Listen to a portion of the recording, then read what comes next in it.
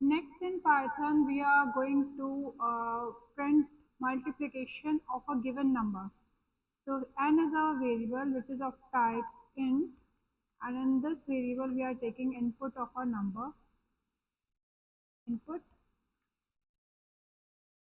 enter a number. Now we'll start for loop for I, which is our variable, in range, and here I'm giving range from 1, as we have to start our table from 1 and it should go up to 10. So here I'm giving 10 plus 1, that is 11, and here we have to put colon, then print. Now we have to print our table in the table format. So here our number is n, comma.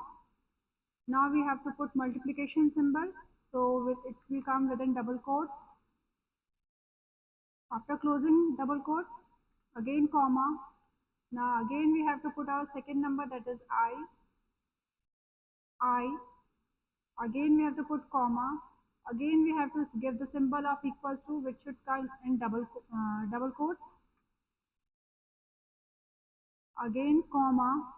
Now we have to do multiplication of n and I.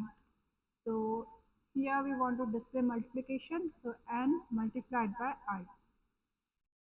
Save it and run it.